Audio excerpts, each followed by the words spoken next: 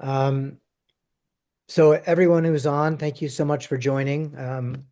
Participants continue to join online, so really appreciate. We had a little less than 50 sign up, and right now we have about 30 in the audience. And candidates, I just want to thank you so much for joining us on this important topic. As far as I know, but I could be wrong, I don't know that there's been a candidate forum specifically on affordability itself. So hopefully there's a unique focus here today. I know you guys have done countless forums, and I want to say how much I truly appreciate the fact that you are here tonight, knowing that that would be a challenge. Um, Hi, Joella. I'm Hi, finally, yes. glad you were able to figure that out, and I just repeat, I have no idea what I did, but ultimately it let me in. yeah. And maybe while I'm finishing up here, Julie, if you can figure out how to change her name there, I don't know if you can, that might be hard. So everyone doesn't think she's me. Yeah, there's that. But we just got started. So before we get started, everyone, I thought it was important. I tried to share a little bit of this with the candidates, but since Steamboat for All is a fairly new organization in town, I wanted to just share a few brief slides with the audience to give a sense of who we are. So before we get started,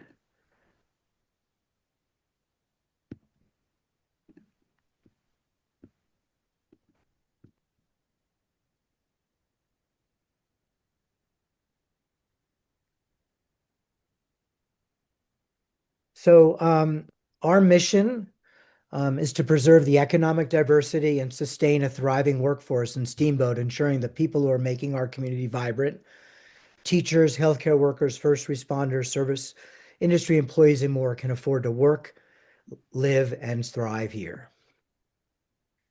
And our start in today is it was about 1 year ago that the Yampa Valley Community Foundation convened donors to talk about issues of young people leaving town and the challenges of businesses to recruit and retain employees due to housing and other general high cost of living. From those meetings formed the mission that you just saw and the focus of what now is Steamboat for All. We're a 501c3 charity, and besides myself, there are two other members of the community that live here full time that are working on this project to provide strategic and operational guidance. Jennifer Grathwell, who you might have gotten some emails when we started this out, and Julia, who's on today. Thanks so much, Julia, who's supporting our communications work.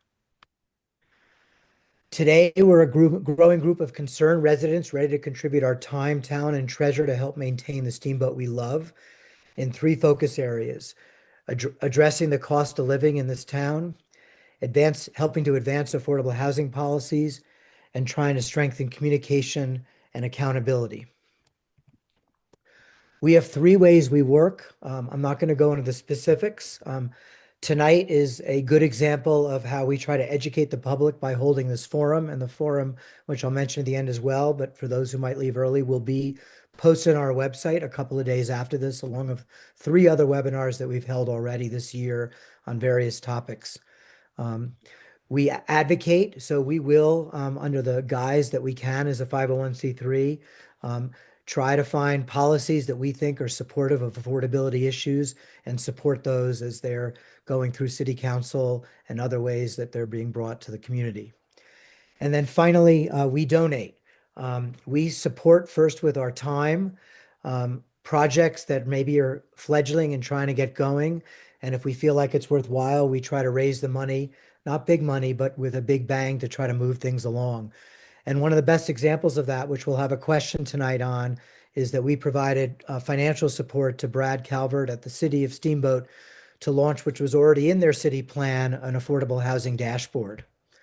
I want to share now the preview of that dashboard. It won't come out till early next year, but we did set some trend data to sort of put tonight in context. Young adults and early career families are leaving at an extremely rapid rate at this point. The chart on the left shows the growing median age, which is showing that our town is aging at an alarming rate, as you see the hockey stick of that trending since 2006 to 2023. And then we have a reverse hockey stick of the share of 25 to 40-year-olds that are leaving our town. Again, this one from 2016 through 2023. Our town is the one that we love is changing before our eyes. And today's focus on affordability crisis in Steamboat, and more specifically, the urgency to act. The people who make this town work, as I said, nurses, teachers, firefighters, and more, should have the opportunity to live here if they want to, and businesses are struggling more than ever to both retain and recruit employees. There's no doubt that council will continue to grapple with critical long-term issues that you've been asked about, Brown Ranch, the RTA, and new sources of revenue, but we all know that those issues are going to take quite a few years to see any substantial changes or results for this town. And so, therefore, tonight, we're going to be focused on areas that hopefully you can provide this community with your opinion on hope, action, and results. We're so pleased to have Shannon Lukens from Steamboat Radio moderate tonight's discussion. Each of the questions has been provided ahead of time to the candidates. There will be no opening or closing statements, and we will not be taking any questions from the audience. We've tried our best to both rotate which race will start first and the order of the candidates in answering questions, and they also have that information. There'll be a timer on the screen so the candidates know how long they have left. That starts green, moves to yellow, and then red, and then there will be a hopefully relatively quiet but annoying buzzer. We promise, having watched the Sustainability Council one, to try to start the timer only when the candidate begins speaking. Shannon, I'll let you take it away. Okay, thank you very much, Andrew and Julia and Jennifer. And tonight, Dave Barnes is not here. It will be read by Andrew, his responses. And I don't know if I need to give candidate order, but we'll try it on the first one. So question number one, candidate order will be District 1, Gail Gary and Kelly Phillips, and then District 3, David Box and John Augusta, and then at large in this order, Joella West, Robbie Shine, Lauren Duke, and Dave Barnes, and 2 minutes. So question number one, you've had the opportunity to review the city's housing priorities, most recent update approved by City Council, and the webinar that Steamboat for All has held earlier this year explaining the priorities. Based on these and other ideas you might have, what are your top 2 policies, use of STR funds, or other ideas you would advocate for that will create more affordable housing rentals or ownership in 2026, and why? And as I said, starting with Gail Gary and then Kelly Phillips. All right. Thank you all for being here today and tonight, and for all that Steamboat for All is doing to elevate these issues that are facing our community. We know with the lack of housing, we are at risk of losing our small town culture, our quality of life, and our sense of belonging. We know that the lack of workforce housing is impacting our local businesses' ability to recruit and to retain workers to keep our community vibrant. And we know that we are far behind our peer resort communities. So what can City Council do? I am proud of the actions that have been taken during my tenure on council, including the adoption of the Housing Strategy and Action Plan. And as we look at policy levers, council has already adopted an expedited planning review process for developments that have workforce housing. To date, more than 300 units have been approved. Council initiated the ballot measure to impose a 9% tax on short-term rentals to be used to increase the number of workforce housing units. To date, we have invested over $15 million, securing more than 100 units, including the first for-sale deed restriction units in 20 years at the Cottonwoods. Council has also directed staff to pursue an inclusionary zoning policy, which requires a certain percentage of a development to be dedicated to workforce housing.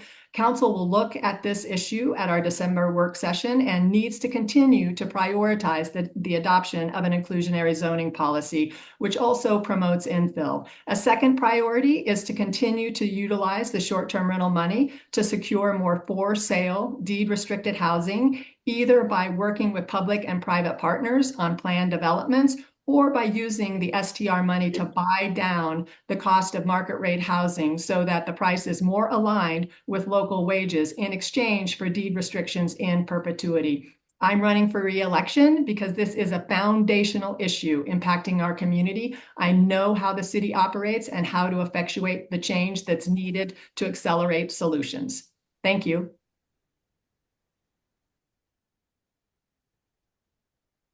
Okay, Kelly. There we go. You guys hear me?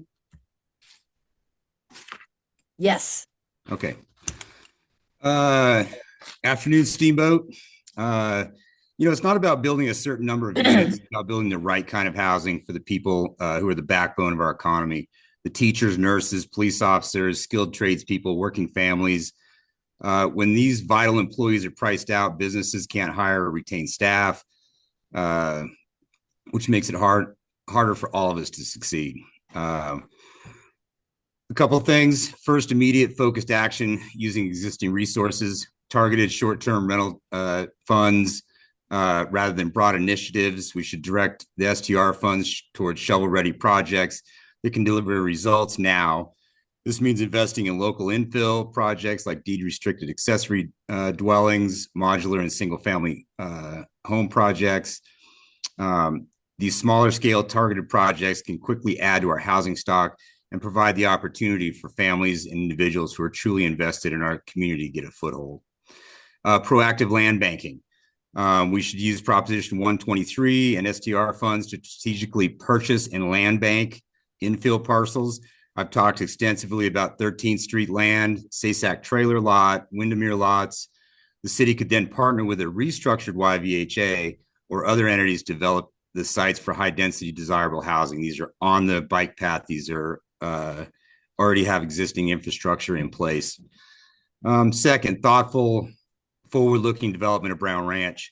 The first phase of Brown Ranch annexation should be smart, voter-approved ballot questions that focuses on amenities for the whole community, not just housing. This would include the national grocery store chain too. Second would be a commercial industrial complex, and this should be in phase one. Should incorporate light industrial and live workspaces. Okay. Is that time? Thank you, Kelly. Yep, that's time. All right, guys. Okay, David Box is next. Thank you, Andrew, Jennifer, Julia, and the rest of the Steamboat for All team for hosting this forum tonight. My name is David Box, and I'm running for City Council on a common sense leadership platform, which includes considering all impacts when a decision is made, a problem-solving approach that includes testing and learning with a bias for action. Your question tonight focuses on the short term. What can be done in 2026 to create more affordable or attainable housing, rentals, or ownership? Given this frame, we must focus on the things we can deliver now with the larger projects in the medium to long term. Now means City Council must make decisions without all the information or consultant reports complete and debated. I support implementing a short-term to long-term rental conversion program, first as a pilot to learn and then to roll out on a larger scale. Put the STR funds to use. Other mountain communities have implemented similar programs. We're not going at this blind. Let's go for it. Second, I support providing additional opportunities for owners to build ADUs, change code to allow size flexibility, use SDR funds to subsidize the cost, review both city and county building fees, and due to the subsidy, build an AMI-based rent levels that are both fair to the renter, but still allow the owner to earn a return. Medium-term options are available, which include ownership, which is vitally important, such as incentivize current and in-process development to add affordable or attainable units for sale. Absent inclusive zoning, this provides a pathway for similar results. Implement a shared equity program. This can be applied to both in-place and new development. Lastly, the county and city created the Housing Authority to assist and lead in the execution of much what I've mentioned and more. A key role of the City Council in partnership with the county commissioners is to work to move the Housing Authority past its current community perception into a trusted partner to the public. We will not be truly successful without hard work and results here. We need all parties to be part of the solution.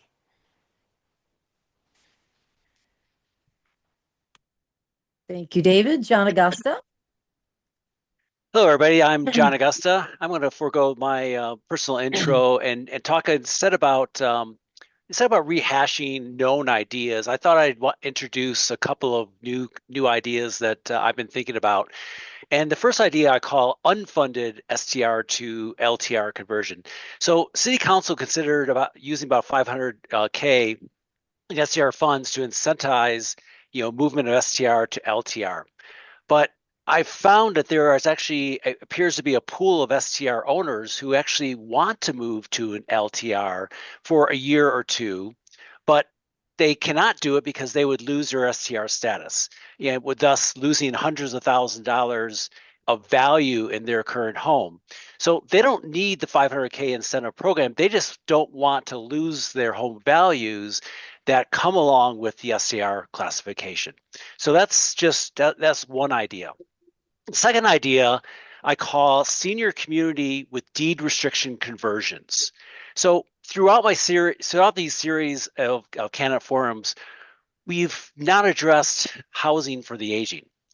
And I spoke to a number of senior citizens who have stuck in their oversized home with multiple stairways, and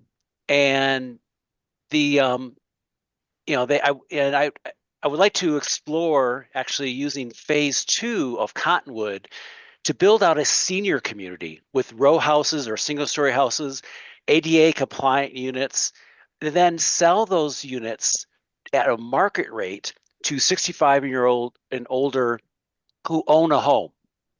Then use STR funds to convert their original homes to deed restricted homes, thus making available additional stock of deed restrictions while also building out a senior community center. Cottonwood is a great location as it's close to groceries, pharmacies, a medical center, Core Trail, Bionic, and the Yampa River. So I know there's potholes in this idea, but it's a framework of an Time's idea. up. Hands up, John. Thank you, John. And they try Okay, to now respect the clock if you can, so that we don't have to do it for you. Okay. Oh, no. Sorry, I don't want to be the bad guy. Okay, the at-large candidates, we're starting with Joella West now. Joella?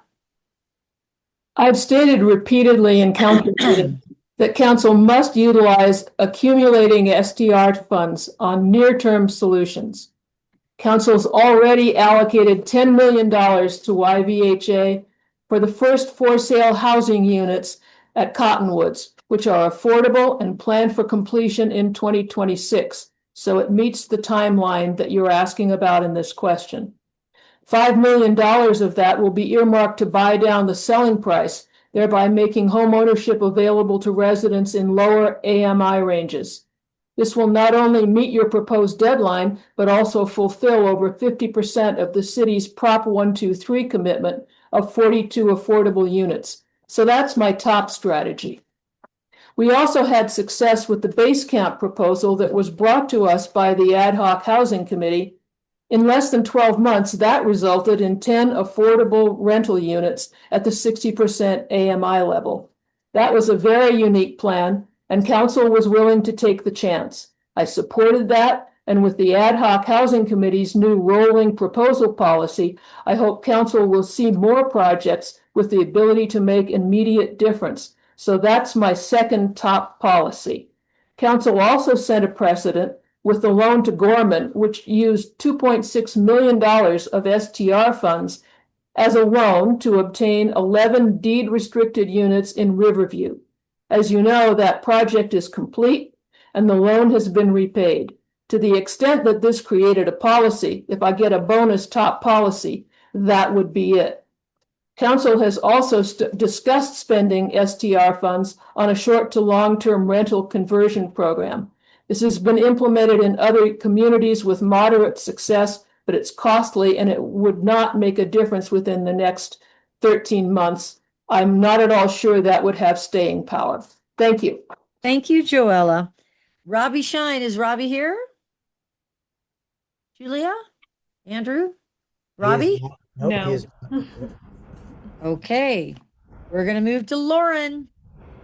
Hi, everyone. Lauren Duke. And as someone in that 25 to 45 age range that Andrew mentioned earlier, I've specifically been impacted by this. I've had friends leave town because they've been priced out of Steamboat. So I know how important it is to have rental and ownership opportunities. So my first priority would be to focus on those short-term rental tax funds.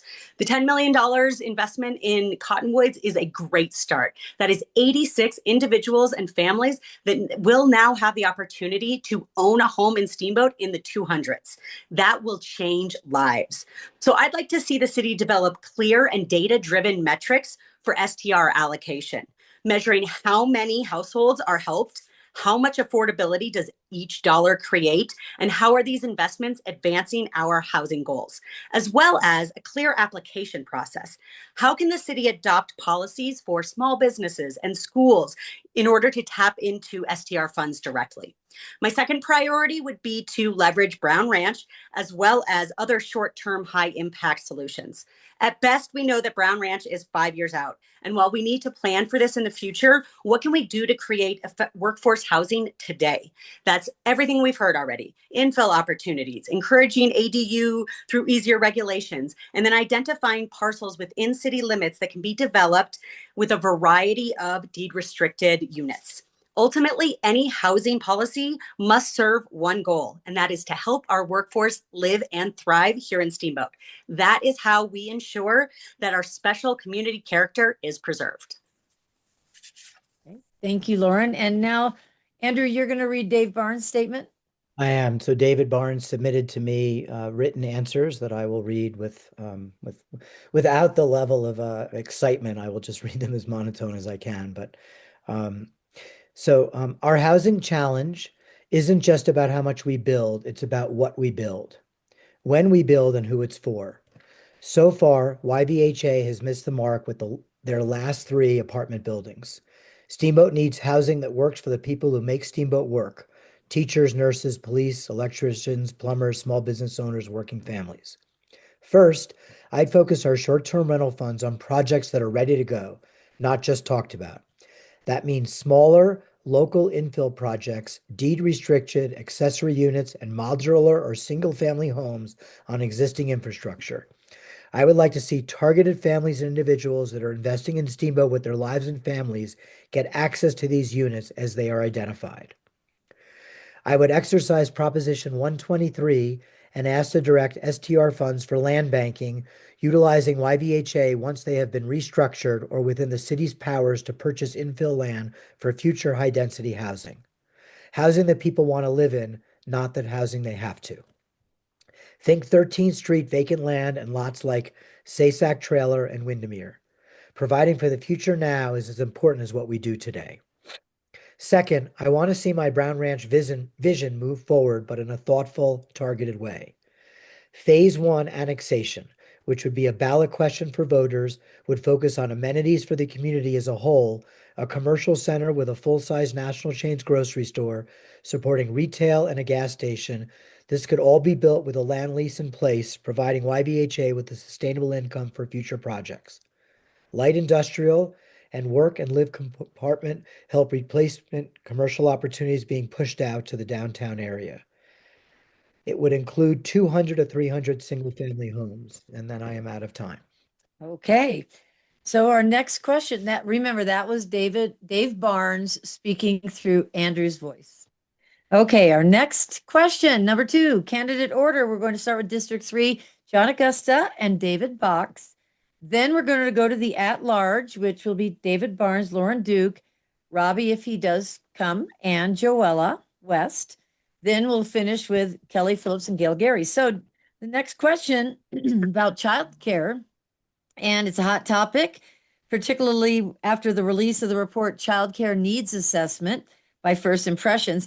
The U.S. Department of Health and Human Services recommends that childcare not exceed 7% of a household income.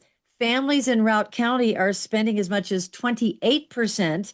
Do you think the city should play a more active role to help provide childcare for all families? And if so, what do you see as the city's role? And once again, starting with John Augusta. Yeah, hello. Again, John Augusta. We're losing the demographics of 25 to 45-year-old age group as they're leaving the valley over childcare access. We know that 6-to-1 wait list for infant childcare, and that we have 400 potential employees in the valley who have childcare infrastructure needs are not being met. But bottom line, we're losing the segment of the diversity of our community as families leave the valley. In terms of opportunities, I think everyone knows about the URA experiment, where they built in-home childcare homes as part of the housing projects. Take the bottom end unit, add an extra room, build a unit to childcare code requirements. That's a way to get space for childcare. In terms of implementation, as from City Council, it should be something that should be pretty straightforward. We just need to make childcare as part of our housing initiative, building those code requirements of stating how many units of childcare need to be within a facility, provide education programs, provide assistance in terms of obtaining and retaining licenses, and partnering with our community groups like First Impressions. I don't want to lose out our older children too, because they are also just as important. Improving upon safe and reliable transportation opens up the path for kids going to school, for boys and girls clubs, after school programs, bike programs, cycle programs, and even free ski Sunday. So an RTA is that first step into providing those safe travel options that I also want to include. So thank you. Okay, David Box, you're up. Great. Thanks, Shannon. Pardon me. Yes, the City Council should take a more active role with both policy and advocacy. My broad professional experience, both as a 30-plus year business leader tackling difficult challenges, to my 8+ years in city civic service, differentiate me and inform one of my top priorities: housing that supports families with childcare at the center. If we're going to endure as a city and maintain our heritage and traditions, Steamboat must have young families, and young families need housing and childcare to thrive. We need to create solutions to secure our future and provide opportunities at attainable levels. As part of these solutions, we must include childcare as a requirement, not an afterthought or someone else's problem. I commit to looking into options to revise our city development code to require developments to include and fund childcare to support their future residents. Work with our city staff and the county to identify barriers to building and remodeling for new childcare options, and challenging our city staff to work with partners to come up with creative ways to utilize our city facilities to offer additional summer opportunities for the, get this, 57% of children in our community who need a place to go during the summer. Additionally, I support using STR funds to subsidize housing for our early childhood education teachers. These are the individuals providing the child care themselves. They are the backbone of the care for our future leaders. I was one of the first candidates to meet with Meg with First Impressions, and I commit to doing so on a regular basis to brainstorm ideas and solutions, use the resources we have to define what we should do going forward. We must collectively solve the $8.3 million annual child care deficit here in the Valley. These are just some of the solutions available. The recent Routt County Child Care Needs Assessment, which was talked about earlier, identifies many of the challenges there are for us to tackle. It's now our collective responsibility to seek solutions and outlets to fund them Thank you. Thank you, David. Okay, at large candidates, Andrew is going to read David Barnes' response. Now I've got it messed up. Dave Barnes' response. Sorry. Child care is not just a family issue, it's a community and a workforce issue. When parents can't find or afford child care, they can't work, and that hurts every family and local employer. I do believe that city has a role, but it should be as a facilitator, not a provider. Government shouldn't compete with child care providers. It should provide a clear path for them to succeed. Fast track in-home applications provide support and building analysis to get these operating quickly, possibly property tax subsidies or abatement. One of the best examples we've seen comes from the Uray County, where Rural Homes and Bright Futures partnered to create affordable housing with predetermined units designed for in-home licensed childcare. Promoting an ongoing mentorship support network for these in-home daycares with financial literacy, businesses, and employee support.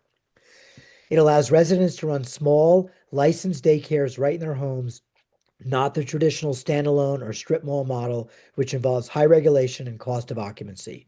That's smart, scalable, and something Steamboat can learn from.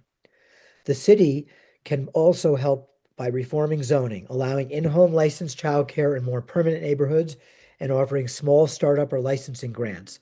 Ongoing support, not permanent subsidies, so new providers can open their doors and our community grows. This is how we make childcare accessible for all, by empowering families to empower themselves and supporting providers and partnering with businesses, not by expanding bureaucracy or calling it a crisis and throwing resources at it without a firm North Star plan. Thank you very much. Next up, it's Lauren Duke. Unmute yourself. There we go. Okay. I like to talk about how all of our issues are intertwined and they form a circle. And I start with childcare being the issue where the circle starts. The clock hasn't started. Should I wait? I want to be fair. Okay. So Julia. Okay. When we have affordable and accessible childcare, parents can be in the workforce. When their businesses have workforce, our economy thrives, and we can reinvest in things like housing, transportation, and sustainability initiatives. So, as a policy-making body for Steamboat, I think City Council has an opportunity to create sustainable funding mechanisms specific to childcare. I'm keeping an eye on several pieces of legislation that are happening at the local, state, and national level. There's the Child Care Modernization Act, which is a bill to more accurately determine provider reimbursement rates, because we all know that tuition does not cover cost of childcare. And then in the Roaring Fork Valley, there's a ballot measure for a special district in order to provide childcare tuition assistance directly to families and grants to providers to grow capacity and increase educator wages. So what can we learn from that? But ultimately, childcare is an affordable housing issue.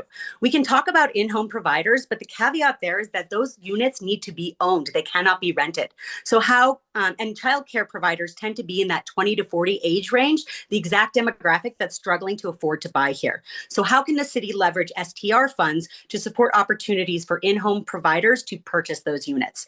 I had a great discussion with Troy at the Steamboat Christian Center. They have a fully built out childcare facility that they want to use to meet the most demand in our community. That's the infant to 2-year-olds that the first impression assessment need recognized, but they don't know where to start. So how can the city, working with First Impressions, provide access to support systems and resources to guide someone like the Christian Center? And then how can City Council create a process for STR applications directly to childcare providers for the purpose of educator housing? We can create all the centers and slots that we want, but if we don't have a workforce, those slots are actually kind of worthless. So to move any childcare initiative, we need to carve out funds specific to early childhood education, affordable housing. Oh, that's close. Okay. Is Robbie Shine? Did Robbie show up? No. Okay. So we have Joella West. Childcare isn't just a hot topic this election year. It's been an urgent problem for so long that we've all gotten used to it as just one of the difficulties of living in this community, devising workarounds on a day-to-day basis and saying goodbye to friends.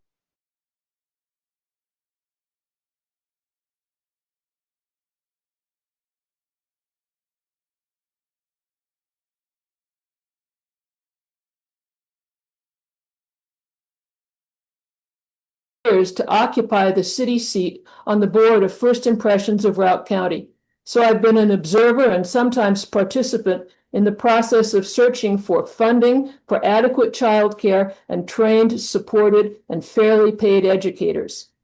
Last year, Council had some preliminary conversations about a potential mill levy to support what we called cradle-to-grave care. Like many interesting ideas, in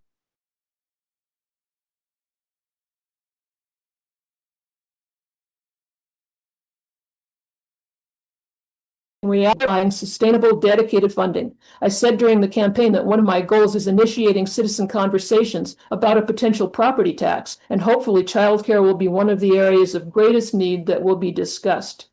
In the event that First Impressions determines that a special district is their preferred way to go, I will also support that. I will also advocate for what is now being discussed locally as one part of the solution, which is the URA example that everyone has talked about already. And finally, as many of you know, the city has a community support fund that is a line item in our annual budget. The amount is fixed as a percentage of the budget, so like everything else in our city, it is dependent on our annual sales tax. In 2026, First Impressions will receive the largest award in the Human Rights Coalition. Thank you.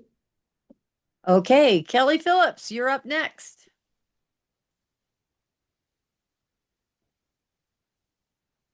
There we go. Yeah, childcare. This isn't something that I just talk about. This is something that my wife, and I 12 to 14 years ago were dealing with like everybody else is. And I think as someone else said, it was it's finally getting the attention that it needs. It was just kind of something that everyone dealt with, and you did whatever you needed to. I mean, there used to be Lee's Bees, Tracy Della Quadre. There's still Holy Name, but that's really expensive. I think that was half my wife's entire paycheck when the kids were old enough to go there. I have reached out to Bright Futures, and I encourage everyone to check out what Urea is doing down there, the partnership between Rural Home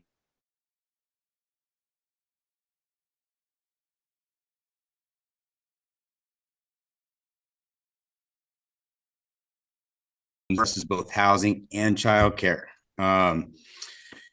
What we can do as a city, reform zoning, adjusting regulations to make it easier for licensed in-home daycare or childcare to operate in more neighborhoods, offer startup support, providing small grants to help new providers cover initial licensing fees and startup costs. This is an investment, not a permanent subsidy.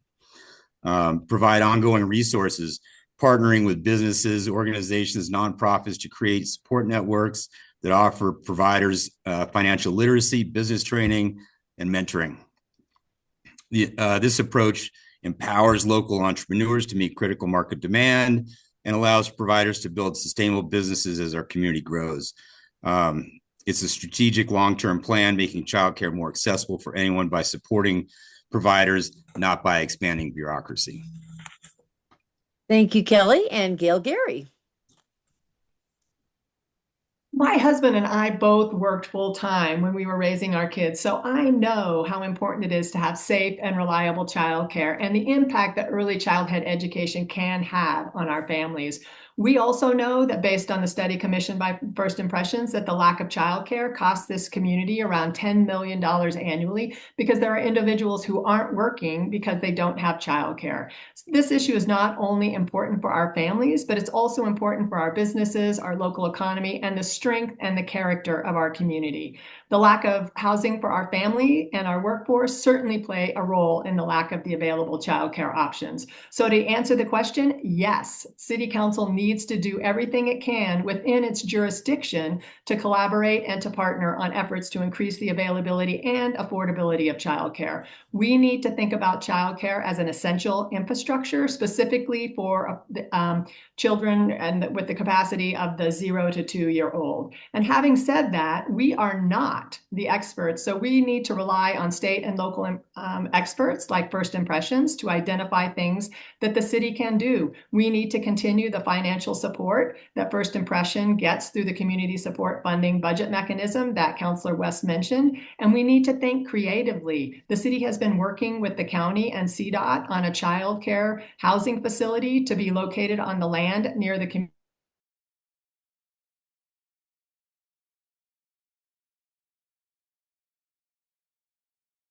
Also allows for the expedited review of developments that include workforce housing to expand that to also include any development that has childcare or housing units to accommodate home childcare. Council also needs to look at ways to make it easier and within financial reach for home childcare. Perhaps we need to look at waiving or reducing tap fees. So again, thank you for the opportunity to address the question.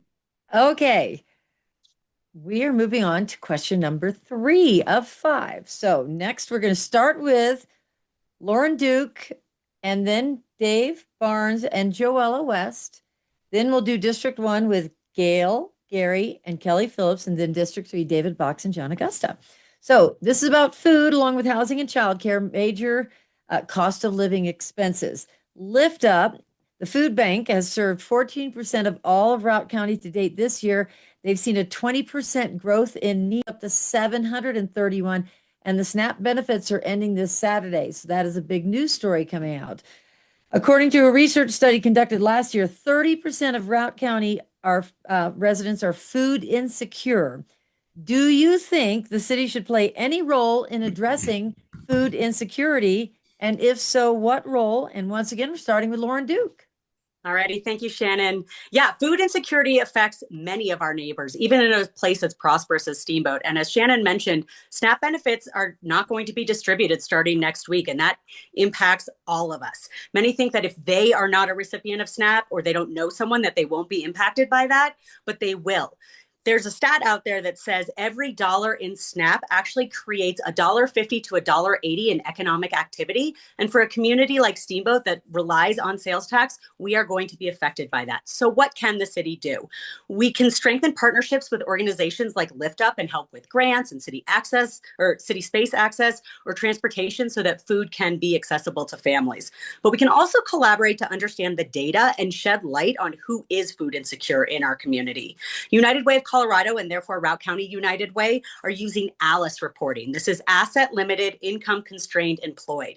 These are people who are above the federal poverty line, but still experiencing financial hardship and not able to afford the basics like food. In Routt County, the ALICE threshold is $73,000 for a household under the age of 65, and approximately 3,000 households are ALICE right here in our own backyard.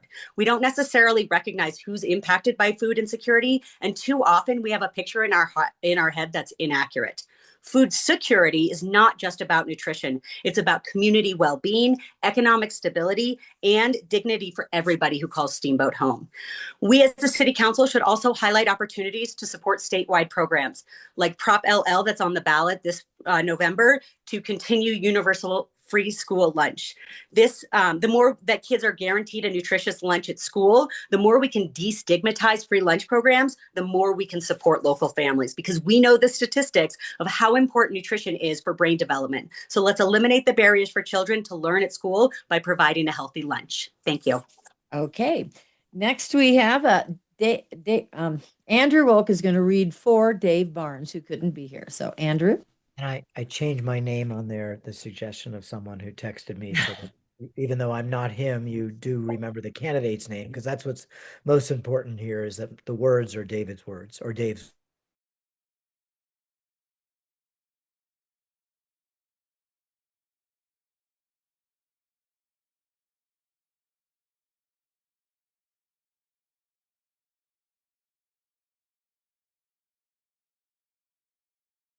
More food stays local, helping local businesses donate resources and streamlining special event licenses that help with food distribution. Food security is paramount for the dignity, health, and most importantly, life. It's on all of us as a community to make sure our neighbors are cared for. It doesn't require a new department, and the city doesn't have to have in its charter to be a food provider. It requires partnerships and a helping hand from City Hall to make good work go farther. Okay. Next is Joella West. First of all, just a plug for anybody who hasn't voted yet. I think everyone needs to vote yes on propositions LL and MM to support free school breakfasts and lunches for all. It's just flat out unacceptable that in Routt County, and for that matter, anywhere in the state, kids are arriving at school hungry and staying hungry through the school day. To be clear, Lift Up serves all of Routt County, and the statistics that are quoted in your question reflect Lift Up's activity throughout Routt County, so it's not possible to separate out the city numbers from that. As I said a few minutes ago, the city's Community Support Fund makes grants to a number of nonprofits in the Human Rights Coalition. In 2025, the award to Lift Up is over $33,000. Increased funding is an issue that the city and the county commissioners can continue to discuss in 2026. It only makes sense to support the organization that is already doing the work, and I believe we should continue to do so. But this once again brings up the point that there is a limit to the amount of money that the city is able to spend, frankly, on anything. And at some point, we are going to have to cut services in order to support other things. I will go back again to the importance of the community talking about a property tax. That would go a long way towards addressing this problem and most of the other problems we're talking about tonight. Thank you. Okay, Gail Gary, you are up next for District 1. All right, thank you. As we've talked about, the city has the community support program, which means that the city dedicates 1.45% of the total budget every year to support community programs that benefit our residents. Joella mentioned that we need to provide services for all community members. And as a community, we are fortunate to have incredible resources like United Way, Lift Up, Routt County Council on Aging, the Boys and Girls Club, to name just a few. Council needs to continue to support these organizations through the Community Support Fund. And as a city council, we need to do everything that we can that's in our jurisdiction to collaborate and to partner with these amazing organizations and rely on them to identify ways that we can support them. We know that many households are cost burdened due to the cost of housing and to the cost of childcare and the increasing costs of goods and services.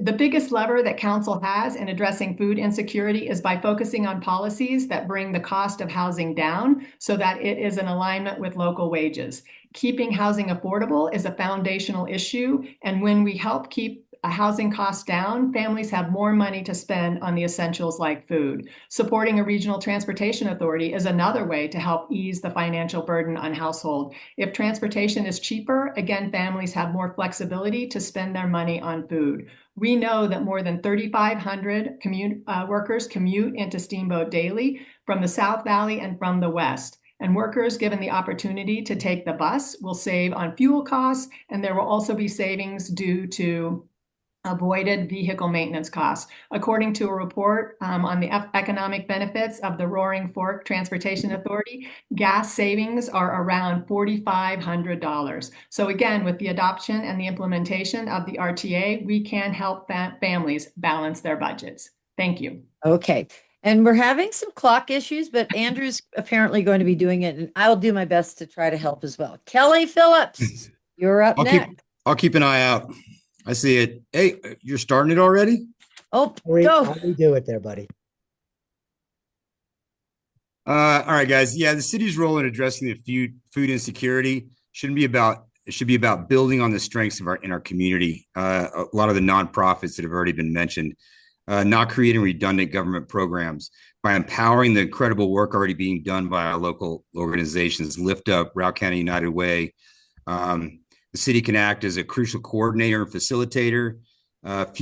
Food security is a fundamental human right, as I see it.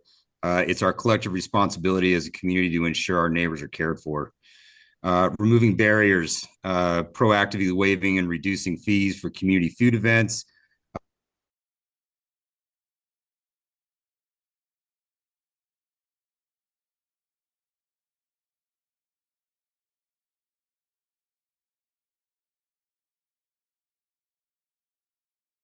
to facilitate and incentivize partnerships between local farms, schools, nonprofits, enabling business and nonprofit collaboration. The city can streamline special event licenses, other processes to make it easier for local businesses to donate resources and coordinate food distribution efforts. This is a pragmatic and compassionate approach that focuses on what works. It doesn't require new departments, permanent subsidies. It simply requires City Hall to be a good partner and a helping hand in enabling our community's strengths that already exist. Thank you, Kelly. David Box, District 3. Great, thanks. City Council's role here is that of education and advocacy, walking the walk, talking the talk, get out and volunteer, be seen, be an example. Work to link the many resources in the Valley to help those in need. You mentioned Lift Up in the question. They do a great job for our Valley. But as was said earlier, the food need is growing with SNAP benefits ending November 1st. The number in Routt County that will be impacted is currently estimated at 600 individuals. That's a real number. That's hunger.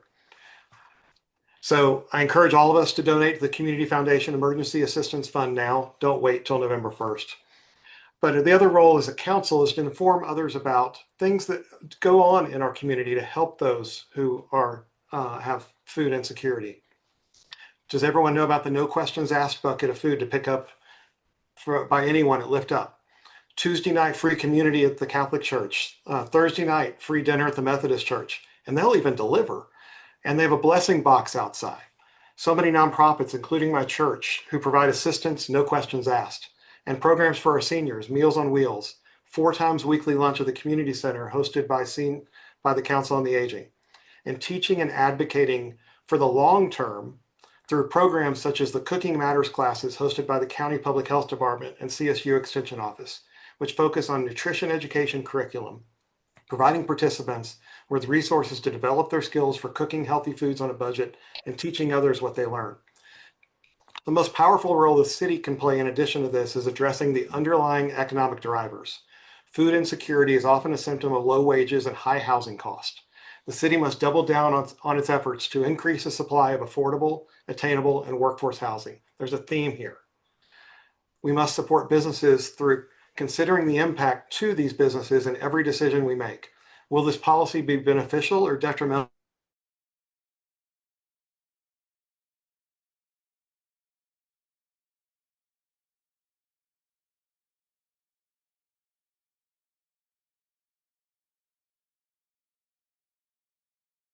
Okay, so I do not see the clock, and so I just wanted to let you know that I may be lengthy, so to give you a heads up there. So what we're talking about here is not a local issue. It's impacting all of America, and it's trickling down to us locally, and it's about to get worse. 42 million people rely upon SNAP. The big beautiful bill also cut $165 billion out of SNAP for the next 10 years. This problem is with us for a long time. Now, due to the government shutdown, SNAP funds are due to dry up on November 1st. This is impacting 423 Routt County households who rely upon SNAP. So what's up? Well, supporting SNAP recipients is truly going to be a community effort. Governor Polis has requested $10 million in state funds to support the food banks, and those funds will be distributed by Feeding Colorado. But this is largely going to help the Front Range communities. At the county level, we are unclear how the state funds will actually trickle down to the rural communities, but the rural food banks have capacity limits. While we can provide funding for the food banks and lift up, they have limited shelf space, freezer space, and capacity for how many people can actually shop. County approved $60,000 in emergency funding for SNAP participants to be distributed by Routt DHS. Additional funds will be added as it's needed and up until government starts up again. But longer term, as this is a statewide issue, we need to advocate and coordinate with state agencies to funnel resources into the rural Colorado communities. We need to coordinate donation drives to focus on cash donations so Lift Up can optimize purchases in bulk, and we need to evaluate Lift Up space requirements given the long-term reduction in available funds. So thank you very much. Okay. Okay, good job. So 2 more questions. So the city, with the support from Steamboat for All, is developing an affordable housing dashboard, will be launched early next year. Purpose is to better track and communicate impact. So we have some list of outcomes, and all of you have this, I think. What do you believe are the 2 most important performance measures to track and improve to ensure we advance affordable housing in Steamboat? So here they are. The number of deed-restricted rental properties, the number of deed-restricted owner properties, the percentage of residents paying 30% or more on housing, the percentage of 25 to 44-year-olds living in Steamboat, the median age range living in Steamboat, or other. Our first group is going to be District 3, starting with David Box and then John Augusta. And Shannon, just to remind you, and sorry, Julie as well, this is a 90 second. Oh, yeah, 90 seconds. But this is a 90-second question. And I'll dual timer with Julia. So David, you can unmute yourself and. Can I just ask, where's the timer going to be? So. Is that good? Great. It started. If you can restart, please. I'll restart it though. Thanks. There you go. Great. Economics tells us that the root of the housing challenge across the country is a supply and demand issue. But even if we had a perfect supply and demand match, the fact is the cost of housing here is not attainable for many who work in our community. For the dashboard, I recommend the following as a start. First is an affordability gap index. This is the problem KPI. The average household income required to afford the median priced housing unit, both rent and for sale, for a local workforce household, shown as a multiple of the actual area median income cut by AMIs. Second would be a cumulative deed restricted units delivered versus goal. This is one of the solution KPI metrics. The total number of new or preserved deed restricted affordable housing units delivered since the start of the current strategic plan. But the challenge is too large to track just these two. I think we all know that. Thus, there is importance in tracking the percentage of affordable housing stock and their occupancy rate, but we have to get the denominator right. The percentage of local workforce spending more than 30% of income on housing. We should dive into the data behind the 250 applicants who YBHA has stated have applied and qualified for the Cottonwood units. Solutions other than deed restricted housing. What's their status and impact? Let the public know. And non-tourism primary job and employer growth. We should be tracking business, employer and employee retention rates. Are we investing in economic development to continue and grow our diverse economy? And let's not forget, not everyone who works in Steamboat wants to live in Steamboat. We can't simply take the workforce Thank you, numbers David. and call that our housing challenge. Okay, we need to have some magic chimes to so after a minute and a half. Okay, John Augusta, you are next. Yep, John Augusta here.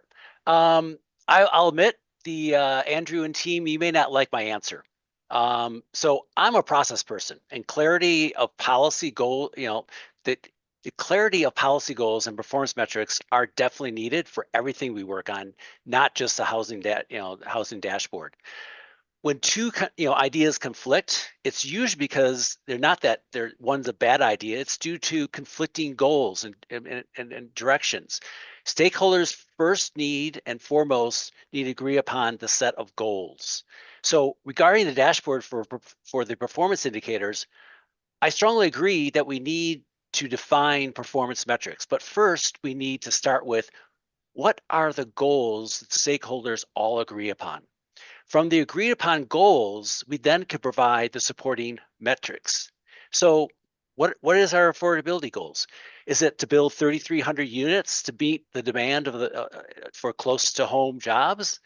Is it build such that all 100% APIs, 100% AMIs can afford to buy in Steamboat?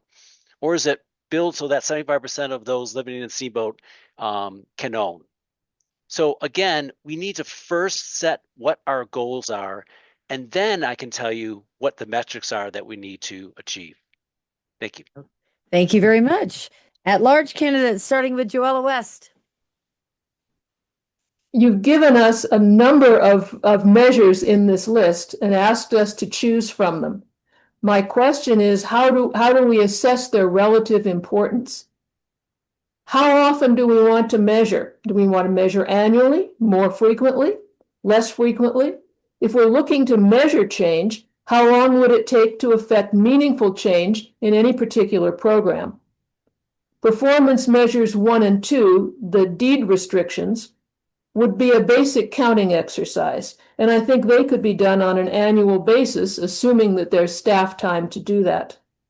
Performance measures 3, 4, and 5 would require a survey for each report, so there would be significant time required and a significant cost attached to that each time it's done. If we're focusing on short-term improvements, I'd say that measures 1 and 2 would be the best choices. But big change happens slowly. I'm sorry, folks, but that's the way it is.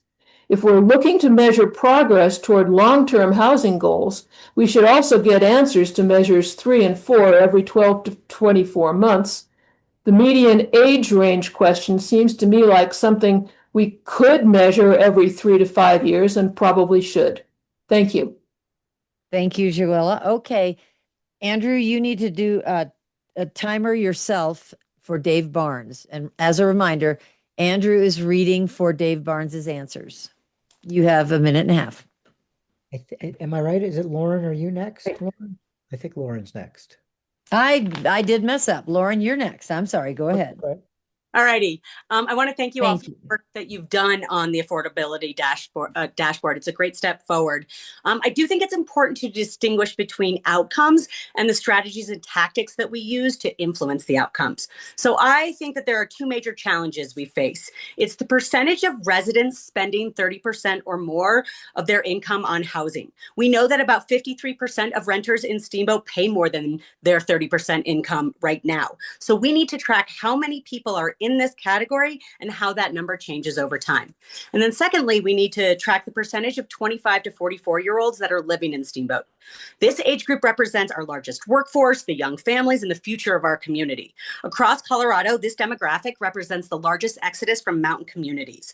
So as we implement housing strategies, it's essential to measure whether this group of population is growing or shrinking. And then how can we incorporate that ALICE data into a dashboard in order to reflect the truly challenge in our community?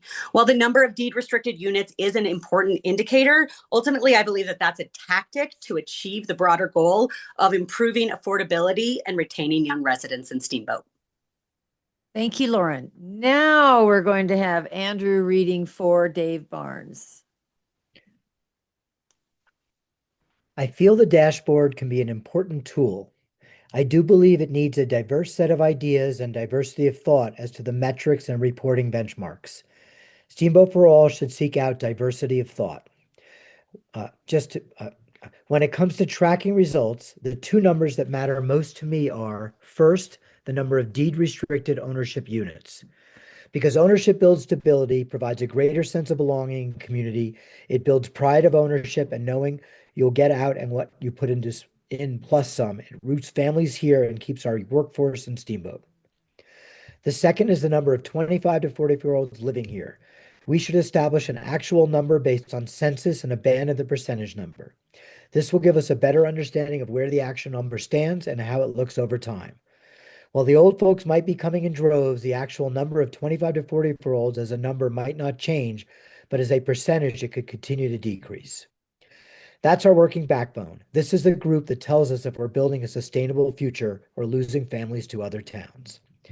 And those deed restrictions need to be built to last, protected during market downturns so affordability doesn't vanish the moment the economy shifts. We as humans have short memories, maybe shorter than our dogs, already probably not. But seriously, where we always seem to get in trouble here is when the economy turns down or when it corrects, we want to help folks or developers that are underwater with their debt. Okay, that is Andrew reading for Dave Barnes, who couldn't be here. District 1, we're starting with Gail Gary. You have a minute and a half.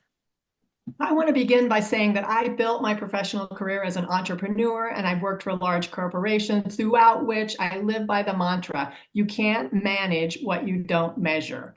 I absolutely support the creation of a housing dashboard so we can track the need, who needs housing, what type of housing is needed, what is being provided, and use that to make data-driven decisions. The dashboard is also a critical component to build transparency and trust with our community members. It's hard to pick just two out of the list of the metrics because they're all necessary to get a comprehensive understanding of what is happening in our community.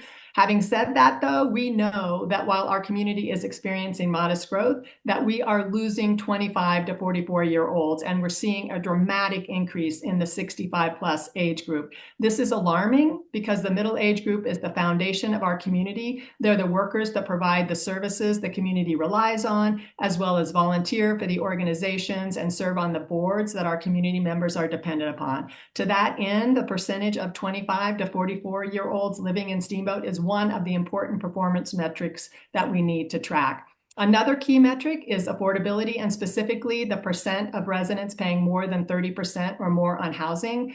However, this metric needs to be calibrated so that it's aligned with our local workforce and our local wages. I'd also like to propose that a metric be added to track the number and type of units in the pipeline so that we ensure that we're meeting the needs of our future workforce. Thank you. Okay, great. And now we have Kelly Phillips. It's good the city's finally putting a dashboard together. But as a longtime resident, my concern is we track the right things, the things that actually tell us if we're moving the needle or not. It's easy to track how many permits we issue, but that doesn't mean we're helping the people who need it. The most important measures for me is what gets built and who stays. First, we need to track the actual number of deed-restricted units completed and occupied by our workforce, not just permits, not proposals, but finished homes. It's easy to get bogged down in the big long-term plans like Brown Ranch, but we need to see steady, tangible progress.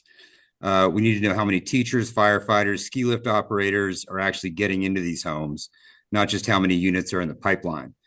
We should be able to track how many units are deed restricted for different income levels, from entry-level resort employees to our skilled tradespeople and nurses. This tells us if we're truly providing for the people who make up this town, not just building more houses that ends up being priced out of reach. Second, we need to track workforce retention and stability, specifically by industry. The number of people fearing they have to leave or actually leaving is a powerful indicator. The dashboard would show us how many of these essential employees, like school district staff, hospital employees, small business workers, are staying in Steamboat year after year. We can use these surveys from the schools, hospitals, similar to what the Young Professional Network has done in the past to track this trend. If the numbers of long-term employees in these vital sectors are declining, all the housing units in the world won't matter. Okay, time's up. I think, yeah. Sorry. Okay. Okay, but Kelly, you're first next. So Okay. the last question, and this is 2 minutes. If elected, you'll be joining a city council made up of 7 people with differing opinions and working styles. Your ability to work together and act quickly is critical. Council at the beginning of the term sets 2-year goals as a body that previously set 3 affordable housing goals. Would you be open to working with fellow council members and the community to establish a more detailed 2-year affordability plan during the first half of 2026? If yes, how would you propose it be developed? And if no, why? We're going to start with District 1, Kelly Phillips, and then Gail Gary. Okay. Well, I think we're doing a lot of those things already. I would absolutely be open to working with my fellow council members in the community to establish a 2-year affordability plan in 2026. This is not just a strategic necessity, but it's an urgent one for the future of Steamboat Springs. The current 3 housing goals provide a good foundation, but the complexity of our housing crisis demands a more detailed, actionable roadmap. How do we develop it? It would be a collaborative process in the 3 key steps: listen, learn, and lead. First, we listen. The process must begin with a comprehensive series of community meetings, focus groups, public forums, building on existing platforms like Engage Steamboat, Coffee with the Council. We need to hear directly from the essential workers, business owners, longtime residents, and young professionals who are feeling the strain of this crisis. And I think the most important part is we also need to build trust and transparency by actively involving those who have felt excluded from past processes. Thank you. Thank you, Kelly. And Gail Gary. Yes, I would be open to working with fellow council members and the community to establish a 2-year housing affordability plan as one of council's goals. And whether we're talking about housing or any other issue, it's paramount to the success of council that we are able to work together and to act quickly. To be a high-functioning council, there needs to be a robust and respectful conversations that drive an informed decision-making to best represent our community. The first step to establishing a 2-year affordability plan is for council to set it as a goal during our December council retreat. And it's important to point out that the current council, with the expertise of staff and our partners, has already established the foundation for creating a 2-year plan with the adoption of the Housing Strategy and Action Plan and the adoption of the Community Area Plan. The Community Area Plan, which serves as the City of Steamboat Springs' comprehensive plan for the next 20 years, is a resource to ensure that any policy changes align with the values of the community. The Community Area Plan also addresses a number of issues that we've talked about tonight, which such as childcare and working with our partners to find resources to help meet the basic human needs of our community. The goals that council adopts establish the priorities for the next 2 years. Staff will collaborate with our valued partners to develop a work plan based on the Housing Strategy and Action Plan and the Community Area Plan and the needs assessments that have been conducted. Staff will bring back topics during a work session to seek input from council and to provide the opportunity for our community to comment. And aligning the plan with the affordable housing dashboard will be a critical component to track the progress and to identify any sort of gaps. Any new policies, such as inclusionary zoning, will also come to council for additional input and ultimately adoption. And council will need to continue to review the plan throughout the 2 years to determine if we're meeting our goals, and if not, what we need to do to meet them. So thank you very much for the opportunity to be here this evening. Okay, thank you, Gail. Next, we have District 3, John Augusta, then David Box. All right, John, you're up. John Augusta, yeah, John Augusta here. As everyone, we love Steamboat, but change is happening. Home prices are through the roof. Workers can't find a place to live. Businesses can't grow, and our small town character is at risk. We all agree upon that. But we can't stop this change in Steamboat. But as city council members, we're responsible for the future of Steamboat. And so, do I support developing an affordability plan? Absolutely. But this does go back to question 4 for me. I believe one of the reasons that for our limited progress of housing on the housing affordability front is that we have not clearly defined our goals and performance metrics. We have to have a discussion on how to use STR funds, so that we have a way to measuring that a new activity comes in, is that going to meet our goals? So remember that council sets policy, and we have staff that develops the plans associated with those policies. So going forward, we need to define those goals at the council level, and those are goals for our 2-year plan. We need a mechanism to measure those and performance goals, and then we can direct staff to develop the plans to achieve council's specified goals. So thank you. Okay, David Box. Great, thanks. The answer is yes. My consistent message has been common sense leadership throughout this campaign, collaborating and working across artificial boundaries with others to FIO or figure it out. But there has to be an agreement that the output is not another 100+ page consultant report that just goes on the shelf. There has to be a bias for action with a realistic set of goals, priorities, and action plans, with all of these linked to the 8 values as outlined in the recently adopted Steamboat Community Plan. I would propose an approach to my colleagues on council for feedback at the December work session. This proposal would be a 90-day action sprint, is a rapid, targeted, and highly collaborative affordability action sprint with a targeted completion date of June 30th. The first step is the FIO collaborative structure. This is a 30-day process. Form an action team. The council shouldn't do this alone. I'd propose forming a small affordability action team consisting of elected, appointed, and community leaders. Utilize external expertise. We'd immediately convene a single workshop with key external stakeholders to identify 3 to 5 needle-moving actions, projects or policy changes that can realistically break ground or be implemented in the short to medium term. The second phase is the bias for action, prioritizing the resources. Provide a fiscal mapping. Take the 3 to 5 high priority items, conduct an analysis to ensure they're fully costed, funded, and owned. And then use a decision filter to determine which ones have the priority. And the third step is the public accountability and adoption. Take the final product, present it to the public, present it to the council, not a 100-page report, but a concise resolution that names the 3 to 5 prioritized actions and sets targets that can be measured, that will be embedded in the dashboard. The plan would be adopted as a formal council resolution, not just a staff document, to signal to the public and to our internal stakeholders, this is the highest level of political commitment. Thank you. Okay, now we have our at-large candidates, starting with Dave Barnes, with Andrew reading it.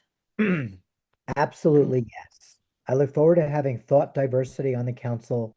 The best ideas are formed when there are differences of opinions. For the past 4 years, we've been on a crisis-based or all-or-nothing agenda. Brown Ranch was all or nothing, and look where it got us, nowhere. As we see in our federal government, as the pendulum swings from right to left and back policies twist severely in opposite direction, we can lead our community forward in a compromising, healthy debate and bring about thoughtful solutions and a plan for the future driven by thoughtful, targeted growth total transparency and planning for a rainy day. If elected, I'd support creating a detailed 2-year affordability plan early in the new term, one that's community-driven, data-based, fiscally responsible without fear and crisis-based decision-making. We must pursue slow, steady, targeted growth.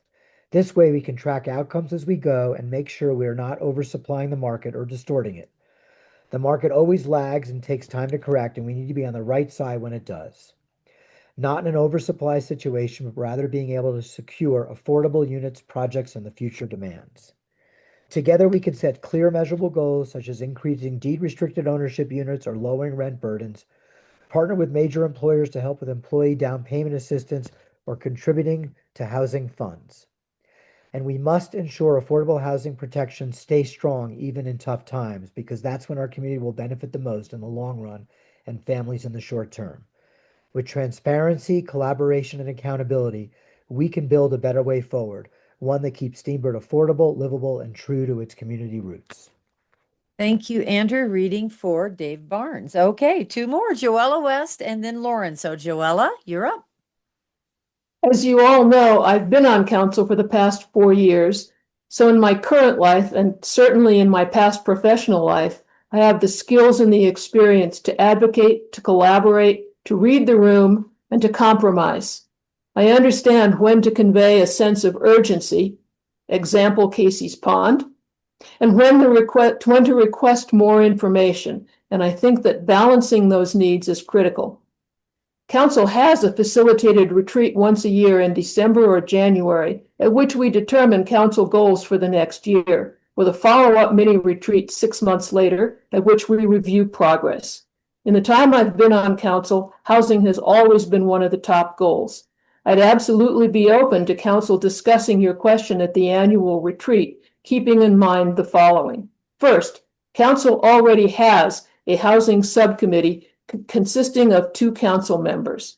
Second, the city also established the Ad Hoc Housing Committee, which consists of community members whose mission has been to solicit and review ideas for using STR funds to create affordable housing, and their members bring a variety of expertise, experience, and viewpoints to the task. This has recently become a permanent committee, which is establishing a rolling application process, and we expect to see applications for STR funds begin to come to council before the end of this year. So my one-sentence answer to this question is that I would recommend that the existing council housing subcommittee should consider the question in concert with the existing ad hoc housing committee. Thank you. Thank you. And finally, rounding it out, Lauren Duke tonight. Thanks, Shannon. I call myself a mom on a mission because I believe in being proactive and being solution-oriented through collaboration, especially on the issues that matter the most to our community. So if I'm elected, it will be my responsibility to represent the voices and the needs of our community members while collaborating with my fellow 6 council members to move policies forward. So yes, I would absolutely support working with my fellow council members and the community to create a detailed affordability plan early in the term. I believe that this starts with bringing together the feedback from residents, local businesses, and partner organizations that already exist and overlapping that with the housing strategy from the city and the ALICE data that I've mentioned. Because I believe that while we come from diverse backgrounds and may have different philosophies and perspectives, all of us here and our current council members have the same shared goal, and that is to help our entire community thrive. City council simply can't wait for agenda items to come from staff. City council must take the initiative to set the priorities, shape the agenda, and ensure that any policies and investments that are made make it possible for people to live, work, and thrive here in Steamboat. Because working collaboratively and strategically, we can make real progress on affordability and strengthen our community for the future. Thanks for having me tonight. Thank you very much. And thanks to all of our candidates. You did great. Another forum in the books. I'm Shannon Lukens, and I'm so happy to have been asked to do this. And remember, turn in your ballots November 4th, 1 week from today. And Andrew has a few parting words. So thanks, everybody, for coming tonight. First, Shannon, thank you so much for doing this. It's wonderful to hear your radio voice lead us here. Such a leader in the community. So much Thank appreciated. you. Not a store I go into that your station is not on. Thanks so much for everyone who joined us tonight for this. Particularly thank all the candidates for yet one more forum, but hopefully you found the questions engaging to try to answer around this really hard topic that this city is facing, not just you, but the institutions, the businesses, and the members. Tonight's forum has been recorded and will be up on our website, Steamboat for All, in a few days. So you can point it to people who you know in your networks and pass it around if you like the answers that you gave, or don't, if you don't like the answers you gave. We hope it's been informative on this critical issue. Can people who work in this town be able to afford to stay in this town? The teachers, the nurses, the firefighters. I was particularly warmed to hear this focus on 25 to 40-year-olds get a recurring thought here. We will continue to try to be a supporter to the work and partner with both council and with the city as much as we can. And lastly, please, for those who are joined us tonight, which we had a really good crowd, make sure not only you vote, but get your friends out to vote too as well. Thanks so much, everyone, and have a great evening.